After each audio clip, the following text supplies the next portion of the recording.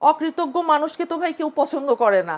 Jamaat has a lot of qualified women, এটা প্রমাণ করা দরকার। এখন তো তারেক রহমান বসন্ত চলছে বাংলাদেশের রাজনীতি। বিএনপি কি জামাতকে ভয় পাচ্ছে কিনা, তাহলে এভাবে মহিলাদের উপর হামলা কেন করছে? আরেকটা বিষয় সেটি হলো যদি বলি চুয়াডাঙ্গা এক আসনে বিএনপি মনোনীত প্রার্থী মোহাম্মদ শরীফুজ্জামান শরীফের অনুসারী মহসিন আলী নামের এক বিএনপি নেতা দলীয় নির্বাচনী সভায় প্রকাশ্যে নারীদের বিবস্ত্র করার হুমকি দিয়েছেন। জি, আমি এটা বলতে চেয়েছিলাম। এটাও একটু যদি বলতেন আসলে। এটা খুব দুঃখজনক এই যে এই উক্তিটা যেটা করেছেন একজন নারী। আমি একটু বলি একজন নারী হিসেবে, আর আমি তো সারা জীবন ওমেন্স রাইটস নিয়ে কাজ করা মানুষ, বহু অর্গানাইজেশনে আছি। আমার কাছে খুব খারাপ লেগেছে এটা। আমি মনে করি আমার দল নিশ্চয়ই শুনছেন এবং ওনারা যথোপযুক্ত ব্যবস্থা ডিসিপ্লিনারি অ্যাকশন গ্রহণ করবেন অতীতে এবং বর্তমানেও, আজকেও এবং গতকালও আপনারা দেখেছেন। আমরা কিন্তু বসে নেই।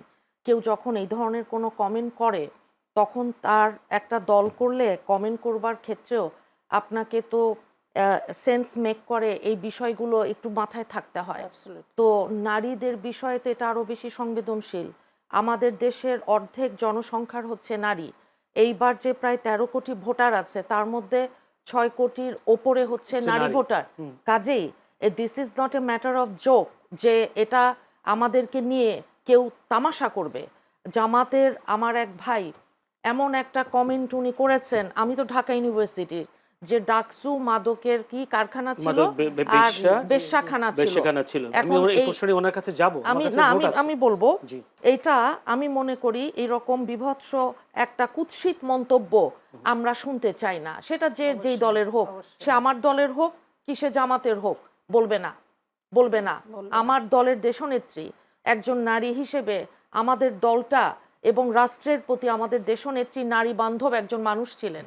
আমাদের শহীদ জিয়ার সময় আপনি দেখেছেন যে আজকে যে লক্ষ কোটি নারী শ্রমিকরা গার্মেন্টসে কাজ করছে সেই সময় করা, আজকে যে হাজার হাজার নারী শ্রমিকরা অত্যন্ত দক্ষতার সাথে বিদেশে যাচ্ছেন কাজ করছেন শহীদ জিয়ার সময় করা, আমাদের দেশনেত্রী অবৈতনিক শিক্ষা নারীদের, আমাদের দেশনেত্রী উপবৃত্তির যে ব্যবস্থা করেছিলেন যেটা মডেল শিক্ষা ব্যবস্থা হিসেবে পৃথিবীর অন্যান্য দেশ তারা লুফে নিয়েছে।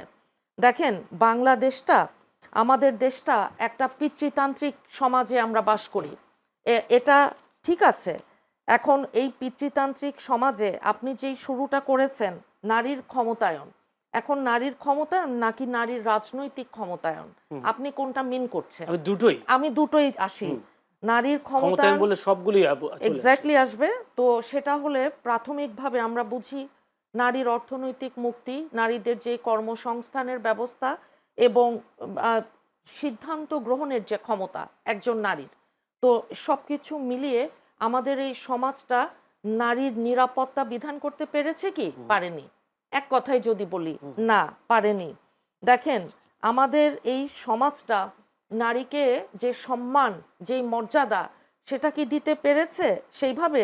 আমার বোন উনি যেই কথা বললেন যে এই রকম হামলা কিছু ঘটনা ঘটছে, খুবই দুঃখজনক।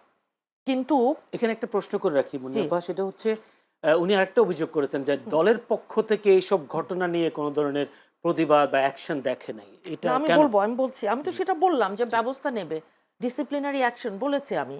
দেখেন আমরা দেখছি যে আমাদের এই নির্বাচনের শুরু হওয়ার সাথে সাথেই জামাতের আমাদের যারা বোনরা আছেন ওনারা মানুষের বাসায় বাসায় যাচ্ছেন, মিরপুরের ঘটনা সহ বহু ঘটনা, এনআইডি কার্ড নিচ্ছেন, বিকাশ নাম্বার চাচ্ছেন, বহু ভিডিও আছে সোশ্যাল মিডিয়ায়। এখন এগুলো না অত্যন্ত গোপনীয় একটা ব্যাপার। একজন নাগরিক হিসেবে আপনার কোনো গোপন তথ্য আমি প্রকাশ করে দিব না, কারণ এটা আপনাকে সংবিধান দেয়, আমাদের দেশের আইনগুলো দেয় যে কি, যেই কারণে ফ্যাসিস্ট এবং স্বৈরাচারের আমলে একটা সংস্থা ছিল না, সারাটা দিন রাত আমাদের ফোনে ওই যে মেশিন বসিয়ে সব শোনে আর ওই সব কথা শুনবে এবং কারো আমাদের নেতা নেত্রীর কথা ফাঁস করে দিত। একটা অর্গানাইজেশন ওই যে ওই ইয়ের থেকে, ইসরায়েল থেকে পেগাসাস নামে যে একটা ওই মেশিন পত্র এগুলো এনেছিল। এখন আজকে তো তারা বসে নাই, এখন তো বাংলাদেশের ফ্যাসিস্ট যেহেতু পালিয়ে গেছে, তো বিতাড়িত করা হয়েছে তাদেরকে। তো তাহলে এখন যখন আমরা দেখছি যে এই গোপনীয় তথ্যগুলো, মিরপুরের ঘটনায় আপনি দেখবেন একজন নারী গৃহবধূ, ওনার কাছে যখন ওনারা অ্যাপ্রোচ করছেন, চাচ্ছেন, তখন ওনার স্বামী এসে জিজ্ঞেস করেছেন কেন চাচ্ছেন, তখন এলাকার মানুষ এসে কথা বলেছে, সেই দোষটাও আমাদের বিএনপির উপর দিয়ে দিয়েছে। এখন যদি সেটার ভিডিও, সেটার অডিও, সেই নিউজগুলো সোশ্যাল মিডিয়ায় এইভাবে না আসতো, তাহলে তো আমাদের ওপর। একটা জিনিস জামাত কেন করছে আই হ্যাভ নো আইডিয়া, বুঝি পলিটিক্যাল গেইন, আদারওয়াইজ যে তারা তো আমাদের সাথেই ছিল, 17 বছর ধানের শীষের প্রতীক নিয়ে নির্বাচন করেছে, তারা আমাদের সাথে মন্ত্রী ছিল, এমপি ছিল, নারীরা তারা আমাদের সাথে থেকে মহিলা কোটায় এমপি হয়েছে।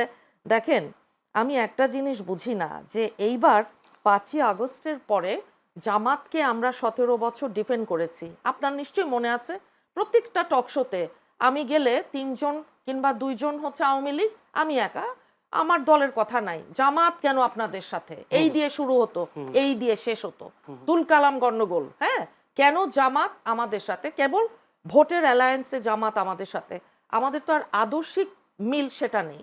কিন্তু জামাতের তাদের যে অপতথ্য, তারা সোশ্যাল মিডিয়ায় বট বাহিনী যেটা বসিয়েছে, অপতথ্য ছড়ানো, ভুল তথ্য ছড়ানো, মানুষকে কনফিউজ করা, এআই দিয়ে বহু রকম জিনিস তৈরি করা, এখন তো আর্টিফিশিয়াল ইন্টেলিজেন্সের যুগ।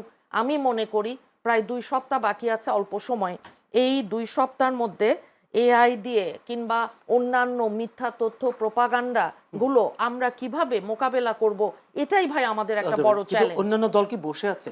কেউ বসে নাই, কেউ বসে নেই, কেউ বসে নাই। সবাই তো মেয়েদের, নারীদের উপরে।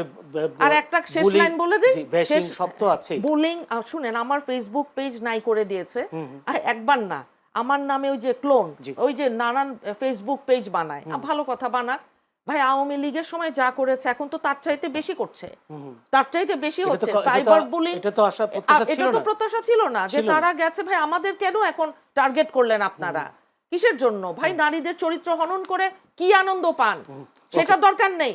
আর আরেকটা কথা শুধু বলি জামাতের জন্য, যে আপনি যে কথাটা বললেন, জুলাই সনদ সই করেছে জামাত, যেমন বিএনপি করেছি, আমরা করেছি, সেখানে 5% নারীদের সরাসরি নির্বাচনে মনোনয়ন দেওয়া হবে বলা হয়েছে। আমরা আমাদের হয়তো 5% থেকে একটু কম, 10 জন, 3.5, আচ্ছা যাই হোক, 10 জন নারীকে দিয়েছে। ইনশাল্লাহ আগামীতে এটা অনেক বেশি হবে, সেই প্রত্যাশা আমরা করি। তবে জামাত কেন একজনও নারীকে যোগ্য মনে করলো না, একজন নারীকে তারা কেন মানে এবার মনোনয়ন দিল না, এইটা কিন্তু তাদের এক ধরনের একটা সাইকোলজি, যেটা এটা বাংলাদেশের আমাদের নারী যারা মা বোন আমরা আছি খুব যে পছন্দ করছে বিষয়টা তা না। ধন্যবাদ। আমি একটু যেতে চাই, আমার কাছে সময় কম। ডক্টর ফেরদৌস খানম, প্রশ্ন একটাই, ঢাকা বিশ্ববিদ্যালয় নিয়ে একটি কুরুচিপূর্ণ মন্তব্য করেছেন জামায়াতের এক নেতা, সেক্ষেত্রে একটি প্রশ্ন। আর দ্বিতীয় কথা হলো, জামায়াতের নারীদের মধ্যে কি কোনো যোগ্য প্রার্থী নেই, মানুষ নাই নাকি যারা প্রার্থী করতে পারলেন না? তিনি অভিযোগটা দিলেন। বরগুনার জামাতের যেই লোক ঢাকা বিশ্ববিদ্যালয়কে নিয়ে মন্তব্য করেছে, সাথে সাথে জামাত ইসলামের পক্ষ থেকে তাকে বহিষ্কার করা হয়েছে, তাকে রোকনিয়াত বহিষ্কার করা হয়েছে। সে একটা আমির ছিল, সে দায়িত্ব থেকেও তাকে বাদ দেওয়া হয়েছে। আপনারা জানেন জামাত ইসলামী একটি সুশৃঙ্খল রাজনৈতিক দল এবং খুব সুনির্দিষ্টভাবে সকল ক্ষেত্রে শৃঙ্খলা রক্ষা করা হয়, এবং সেও প্রকাশ্যে মাপ চেয়েছে। আমি আপনার কাছে প্রশ্ন করেছিলাম, এই যে পাপিয়াপা এরকম একটা কাজ করলো, আপনারা কিন্তু এখনো পর্যন্ত তার বিরুদ্ধে কোনো পদক্ষেপ গ্রহণ করেন নাই, আশা করি সেটা আপনারা করবেন। আর মহসিন আলীর ব্যাপারেও আপনারা আশা করি শাস্তিযোগ্য কোনো ব্যবস্থা গ্রহণ করবেন। বরগুনার জামাতের ব্যাপারে এটি একটি উদাহরণ, এবং যখনই জামাতের যে কেউ ট্র্যাকের বাইরে গিয়ে কোনো কথা বলেছে অতীতে, তখনই তার বিরুদ্ধে অ্যাকশন নেওয়া হয়েছে। আর আপা যেটা বলেছেন যে কেন জামাতের, আপনিও বলেছেন প্রার্থী দেওয়া হলো না, আমি প্রথমেই আপনার কথার উত্তর দিয়েছি। আসলে আমরা না, যোগ্য প্রার্থী অবশ্যই আছে, এবং আমরা যারা আপনাদের সাথে আসছি, কথা বলছি, আমরা কিন্তু এতকাল আপনাদের কাছে আসি নাই, আসতেও দেওয়া হয়নি, আসিও নি। এখন আমরা প্রয়োজন মনে করছি যে এই প্রশ্নগুলো রেইজ হচ্ছে, সেগুলিকে ফেস করার জন্যই Jamaat has a lot of qualified women, এটা প্রমাণ করা দরকার। জামাতের মহিলারা পলিসি মেকিং করেছে, রিসার্চ করেছে, প্রেজেন্টেশন দিয়েছে, সেখানে আমরা দেখেছি যে জামাতের অসংখ্য সকল ক্ষেত্রে finance, youth, women, good governance সব ক্ষেত্রে মহিলারা রয়েছে। আর আপা যেটা বলেছেন বট বাহিনী বসিয়েছে, আপা এই বট বাহিনী কিন্তু সব জায়গায় আছে, যা জামাত বসিয়েছে। যদি জামাত আপনারা মনে করেন এরকম কোনো জায়গায় আছে, আমরা তো জানি যে জামাত এরকম কোনো বট বাহিনী বসায়নি। যদি বসিয়ে থাকে অবশ্যই প্রত্যেকেরই রাইট আছে, এটা অধিকার আছে যে তার বিরুদ্ধে কোনো এইরকম কোনো মানে কিছু করলে সেটার বিরুদ্ধে আইনগত ব্যবস্থা নেওয়ার জন্য আপনি একজন আইনজীবী, আপনাকেও আমি বলবো যে আমরা আসলে আইনগতভাবে এটাকে ফেস করব ইনশাল্লাহ। একটা হচ্ছে যে উনি বলেছেন যে জামাতের মহিলারা বা পুরুষরা, যে জানি না উনি মহিলা মিন করেছেন না পুরুষ, যে তারা টাকা নিচ্ছে, এনআইডি নিচ্ছে, ফোন নাম্বার নিচ্ছে। আমি আপনাদের মাধ্যমে এখানে দেখাতে চাই, এই যে চট্টগ্রাম 4 আসনে বিএনপির প্রার্থী টাকা নিয়েছে, সেই মানি রসিদটা এই যে আমাদের কাছে আছে এটা। কিন্তু ওনারা প্রার্থীর নাম কি, এই যে ছবিটা এখানে আছে, নামটা কেটে দিয়েছে। তো সুতরাং এটা হচ্ছে এবং এটা ডকুমেন্ট আমাদের কাছে আছে, কিন্তু জামাতের কোনো প্রার্থী বা কোনো ব্যক্তি এরকম নিয়েছে এরকম কোনো ডকুমেন্ট আমরা এটা প্রচারই শুনছি যে জামাত লোকরা ফোন নাম্বার তো আমি যে কোনো ভিত্তি নিতে পারি না, মিরপুরে এনআইডি নিচ্ছে। এইটা যেমন আজকেই দেখেছি আমি যে এক জায়গায় টাঙ্গাইলে জামাতের লোকরা গিয়েছে, কথা বলতেছে, তাদেরকে মেরে উল্টা তাদের হাতে টাকা দিয়ে ভিডিও করে এটা ছেড়ে দিছে। এই ধরনের যদি অপপ্রচার করা হয়, জনগণ নিশ্চয়ই দেখছে, এবং 12 ফেব্রুয়ারি নির্বাচন যদি হয় তাহলে নিশ্চয়ই এর জবাব জনগণ দেবে ইনশাল্লাহ। ধন্যবাদ। আমি একটু যেতে চাই অ্যাডভোকেট ফাইবা নাসরিন মুন্নির কাছে। ফাইবা নাসরিন মুন্নি, আজকে জামায়াতের একটা মহিলা সমাবেশ হয়েছে বিকেলে রাজধানী মণিপুর বালিকা উচ্চ বিদ্যালয় মাঠে। সেখানে যদি বলি জামায়াতের মহিলা বিভাগের সেক্রেটারি নুরুন্নেসা সিদ্দিকা বলেছেন, আমরা এক স্বৈরাচারের হাত থেকে মুক্ত হয়ে আরেক স্বৈরাচারের হাতে বন্দী হতে চাই না। যারা নির্বাচনের আগে নারীদের গায়ে হাত তুলছে, ভোটের পরও নারীরা তাদের কাছে নিরাপদ নয়। আসলে নতুন করে স্বৈরাচার কারা হয়ে উঠছেন? নিশ্চয়ই বিএনপি ইঙ্গিত করেছে। মনে তো তাই হচ্ছে, কারণ যেহেতু এখন আওয়ামী লীগ নেই, আওয়ামী লীগ আর বিএনপি আমরাই তো প্রতিপক্ষ রাজনৈতিকভাবে ছিলাম। তো 5ই আগস্টের পট পরিবর্তন, এই যে গণ অভ্যুত্থান, হাজার হাজার ছাত্র জনতার রক্তের ওপর এই যে নতুন একটা বাংলাদেশ, এখানে নতুন বন্দোবস্তের কথা বলছে ছাত্ররা। তো সেই রকম একটা অবস্থায় আমরা তো অতীতের 17 বছর এই ভীষণ দমন পীড়নের ভিতরও আপনারা জানেন যে আমরা সভা সমাবেশ কথা বলেছি। এখন আমরা তো সেই জন্য চরম মূল্য দিয়েছি। আমাদের হাজারের উপরে গুম, হাজার হাজার খুন, আমাদের 50-60 লক্ষ নেতাকর্মীর বিরুদ্ধে মামলা, দেশনেত্রীর বিরুদ্ধে 36টা, আমাদের চেয়ারম্যান সাহেবের বিরুদ্ধে প্রায় 80টা মামলা। এখন জামাতকে তো ভাই আমরা দেখি নাই মাঠে, জামাতকে তো আপনারা কেউ দেখছেন আপনি বলতে পারবেন না। জামাত তো যাদেরকে এখন দেখছেন বিভিন্ন ছাত্র নেতা, তারা ছাত্রলীগের ভেতর ঢুকেছিল, তারপরে এখন তারা বের হয়ে বলছে আমরা শিবির।